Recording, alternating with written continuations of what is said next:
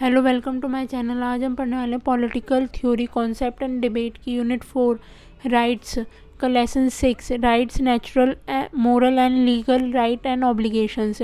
ये video semester 3 के student के लिए for BA honours political science. और आप इस वीडियो को 1.25x की प्लेबैक स्पीड पे करके देख सकते हैं for better experience. So let's start our topic.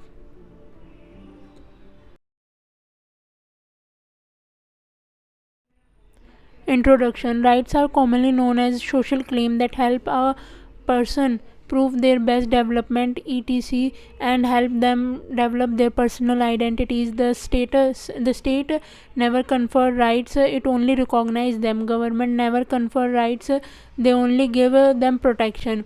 जो राइट्स है वो उनको बेसिकली सोशल क्लेम्स कह सकते हैं कि मतलब स्टेट ये हर इसमें बताया गया है कि जो राइट्स हैं वो एक तरह के सोशल क्लेम है जो कि किसी इंडिविजुअल की पर्सनैलिटी और डेवलपमेंट में पर्सनल आइडेंटिटी और डेवलपमेंट में मदद करते हैं। और जो राइट्स हैं वो बेसिकली सरकार राइट्स नहीं देती बल्कि उन्हें रिकॉग्नाइज करती है, और गवर्नमेंट का काम राइट देना नहीं बल्कि उनकी प्रोटेक्शन करना है। Right arise from society from specific social condition, and that is why rights are always social. Rights जो है समाज और सोशल कंडीशन से आते हैं, इसीलिए इन्हें सोशल कहा, ये सोशल होते हैं, बेसिकली सोशलाइजेशन होती है इनमें। Right mean the right of individual, they only belong to individual, they exist only for individuals and they are treated by them so that they can fully develop their personal identities. Rights जो है वो basically individual के लिए होते हैं और ये उनकी पर्सनल डेवलपमेंट और आइडेंटिटी बनाने में मदद करते हैं। When we talk to the interrelationship between the individual and the state, then two things emerge. First, what should the person get from the state is it is his right. Second, what should the person do for the state? These are duties. In short, rights are the favorable conditions and opportunity a person receive under the state that help in his self development. जब हम state और किसी individual के बारे में सोचते हैं, मतलब इंडिविजुअल की जो इनका इंटर रिलेशनशिप है उसके बारे में अगर हम सोचते हैं, तो बेसिकली तो दो चीज़ें जो इमर्ज होती है। पहली कि ये कि जो पर्सन है, जो एक इंडिविजुअल है, उसको स्टेट से क्या कुछ मिलेगा, और इसके साथ साथ कि वो जो मिलेगा उसे जो भी चीज़ मिलेगी, जो भी गवर्नमेंट उसे प्रोवाइड कराएगी, क्या वो उसके राइट्स हैं। और सेकंड ये कि what should the person do for the state, और वो पर्सन जो वो इंडिविजुअल स्टेट के लिए क्या करेगा, क्या वो उसकी ड्यूटीज़ हैं, किस तरह की ड्यूटीज़ हैं, इन सब के बारे में। इन शॉर्ट, राइट वो फेवरेबल कंडीशन और अपॉर्चुनिटी है जो स्टेट किसी व्यक्ति को देती है ताकि वो अपने आप को बेहतर तरीके से डेवलप कर सके। According to Harold J. Lasky, rights are the condition of social life without which one cannot normally hope for complete self development. ये कुछ थिंकर्स की स्टेटमेंट है, जैसे कि जो हारल्ड जे लेस्की है उनके मुताबिक जो राइट्स हैं वो सोशल लाइफ की कंडीशन होते हैं, इनके बिना सेल्फ डेवलपमेंट कर पाना एक तरीके से संभव नहीं है।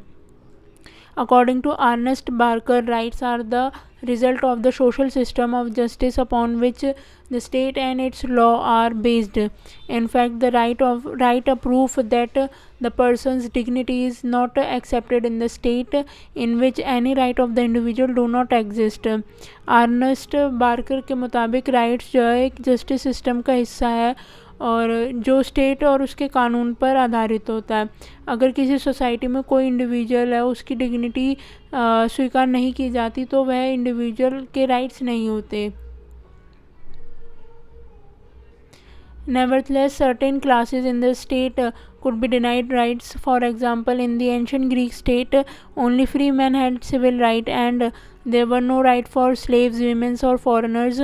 Clearly, such a system of right is not based on the sense of justice. Apart from providing opportunity for the full development of personality among the people, the authority also set some important limits on the activities of the state. कुछ सामाजिक वर्ग यानी कि classes होती है जिनसे rights को वंचित किया गया था। जैसे कि एग्जांपल है एंशियंट ग्रीक स्टेट जो है उसमें से फ्री मैन के पास ही सिविल राइट्स थे, और जबकि जो गुलाम थे और विमेन थे और फॉरेनर्स थे उनके पास कोई राइट्स नहीं थे। ऐसा सिस्टम जस्टिस के सिद्धांत पर आधारित नहीं होता। राइट्स जो हैं वो एक किसी भी इंडिविजुअल की सेल्फ डेवलपमेंट में मदद करते हैं, और अथॉरिटी जो है सिर्फ राइट्स ही नहीं देती बल्कि स्टेट की पावर पर भी एक तरीके से लिमिटेशन लगाती है, ताकि वो लोगों को अधिकारों मतलब लोगों के अधिकारों को वंचित ना करे, यानी कि उनका उल्लंघन ना करे। In the recent contemporary debate, issue related to women and disadvantaged minorities have come to the center of attention stages. अब आज के कॉन्टेम्प्रेरी टाइम में कुछ डिबेट्स हैं जिनमें जो विमेन रिलेटेड इशू हैं वो ज़्यादा हैं, जैसे कि और कुछ डिसएडवांटेज जो है माइनॉरिटी कम्युनिटीज़ को मिलती हैं, ये एक तरीके से सेंटर ऑफ अटेंशन है इस टाइम पे। Even in our time the question of the right to death by will of our own is hostily discussed. Similarly, in the present sexual minorities LGBT, the issue of community rights has added to a new dimension to the right of minority. Today on the central stage of the discussion of right there are discussion related to human rights. जैसे कि आज के time में कुछ question है, जैसे कि right to death, अगर किसी की विल है कि वो डेथ मतलब अपने आप सुसाइड करना चाहता है, तो उसके बारे में भी काफ़ी ज़्यादा बड़े लेवल पर डिस्कस्ड किया गया है। सिमिलरली प्रेजेंट टाइम में जो LGBT कम्युनिटी है उनके कम्युनिटी राइट्स पर भी एक तरीके से डिबेट हो रही है कि क्या जो वो माइनॉरिटीज़ हैं उनके राइट्स होंगे, और ये आज के टाइम पे सेंट्रल स्टेज है डिस्कशन ऑफ राइट्स का।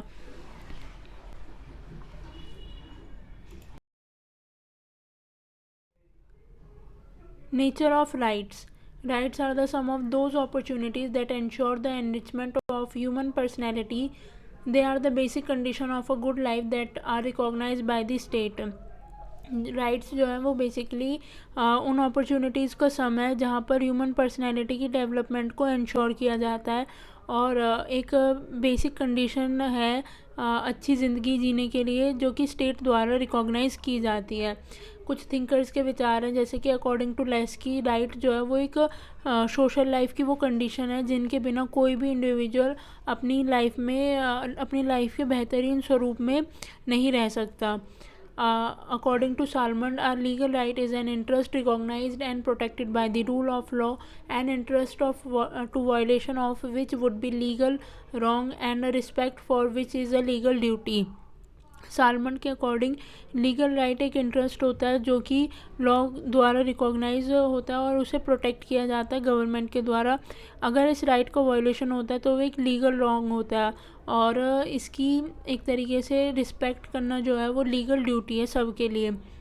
According to Barker, the development of the capacities of the personality of the individual is the ultimate purpose of the state and final political value. The law of the state is right and possesses the quality of rightness or justice by virtue of securing and guaranteeing to the greatest possible number of persons the external conditions necessary for the greatest possible development of the capacities of the individual personality. These secured and guaranteed conditions are called right. मतलब according to Barker rights जो है वो एक ultimate purpose individual की personality की development और justice की establishment करती है। जो स्टेट का मेन गोल है वो ये इंश्योर करना है कि मैक्सिमम लोगों के लिए ऐसी एक्सटर्नल कंडीशन बनाई जाए जिससे कि उनकी डेवलपमेंट हो सके, और जब ये कंडीशन सिक्योर्ड और गारंटीड होती हैं तब इन कंडीशंस को राइट्स कहा जाता है।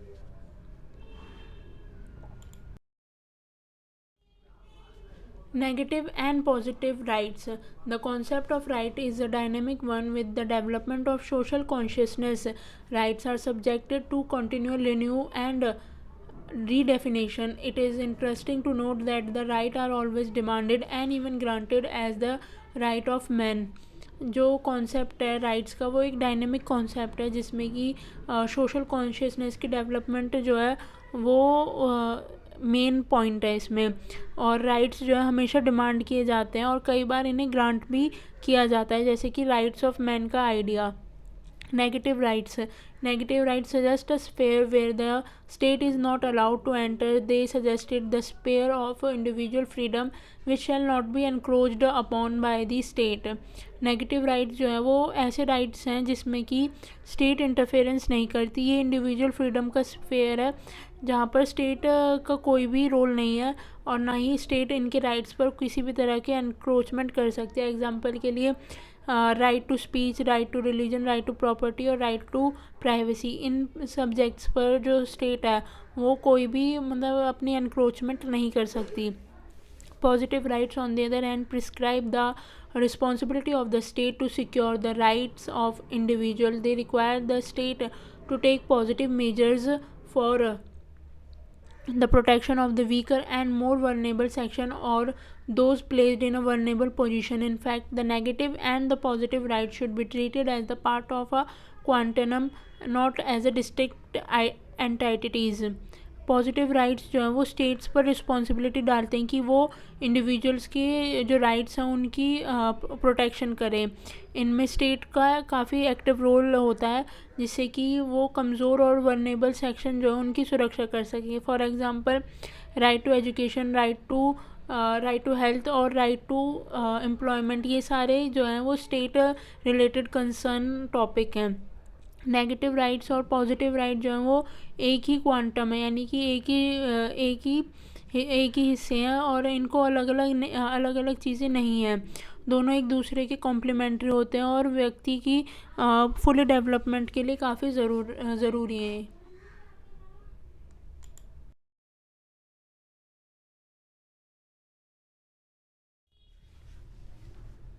Thus, freedom of thought and expression implies that the state shall not impose any restriction on an individual's thought and expression, so it comes under the category of negative rights. But if we say that the state shall provide universal education to promote its citizens' faculties of thought and expression, it will be described as their positive right. In short, positive rights indicate the responsibility of the state to improve the life of its citizen and to help them in their self-development. For example, the right to medical care, the right to work, the right to legal aid, etc.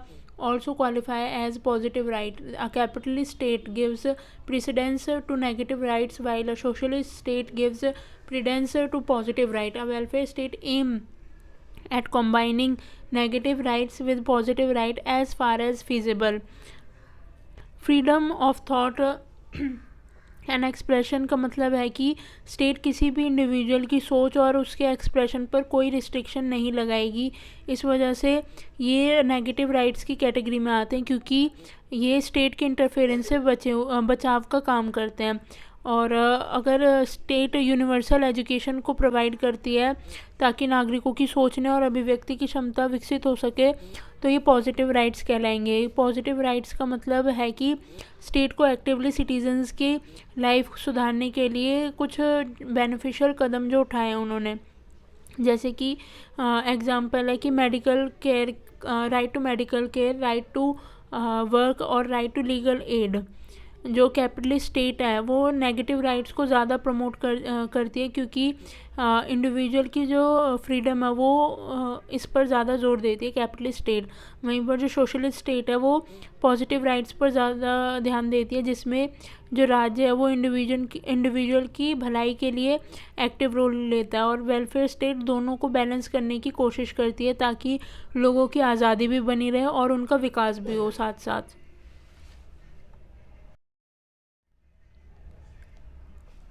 Human rights and universal. The Universal Declaration contains three distinct set of generations of human rights. The first set of generation, known as a negative right, consists of civil and political rights. जो universal declaration है वो basically 3 type की generation को refer करती है human rights में, जिसमें कि पहली जनरेशन जो है नेगेटिव राइट्स और सिविल एंड पॉलिटिकल राइट्स को प्रमोट करती है, जहाँ पर वो right to life, equality before law, freedom of speech, religion, freedom of movement and assembly, protection from discrimination and slavery and torture, इन सब को प्रमोट करती है. The second set or generation of right is known as a positive right and include a few social, economic and cultural rights such as the right to an adequate standard of living and an adequate standard for the health and well-being of himself and his family, including food, clothing, housing, medical care and necessary social service. In addition, motherhood and childhood are entitled to special care and assistance, and everyone has the right to free education at the elementary level.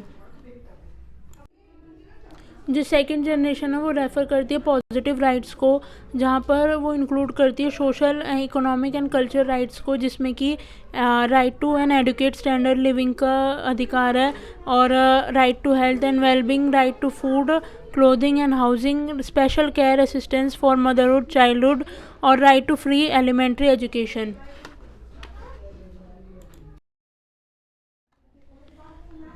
A third set or organization of human right involve a collective set, also known as group right or a community right, such as the right to develop among nation. They represented solidarity among nation and individual and formed a core value of declaration. This set of right is the least developed among the three types of human rights. जो third generation है वो group rights और collective rights की है. यहाँ पर जो अधिकार है वो सामूहिक तौर पर दर्शाए गए हैं. जो विकास के अधिकार और मतलब राइट टू डेवलपमेंट जो शामिल है उसकी कुछ शर्तें हैं और व्यक्तियों के बीच एकता और समानता को दर्शाता है. ये अधिकार जो है, अधिकारों का विकास तभी अभी तक सब पहली और दूसरी जो जनरेशन है उनकी तुलना में कम हुआ है. Now the above right are also called universal right. The concept of universalism came into prominence after World War II. जो कॉन्सेप्ट है यूनिवर्सलिज्म का वो वर्ल्ड वॉर सेकेंड के बाद आया है. यूनिवर्सलिज्म का मतलब ये है कि ह्यूमन राइट्स सभी व्यक्तियों के लिए है, और चाहे उनके समाज में कोई भी दर्जा क्यों ना हो, हर व्यक्तियों को स्वास्थ्य सुविधा और पोषण का अधिकार है, चाहे वो कहीं भी रहते हैं. और सरकार की जिम्मेदारी है कि ये अधिकार जो है वो उनको लागू करने के लिए एक फ्रेमवर्क बनाया जाए. A core concept of human right include in the declaration of those right that belong to everyone, no matter what status the person holds in the society.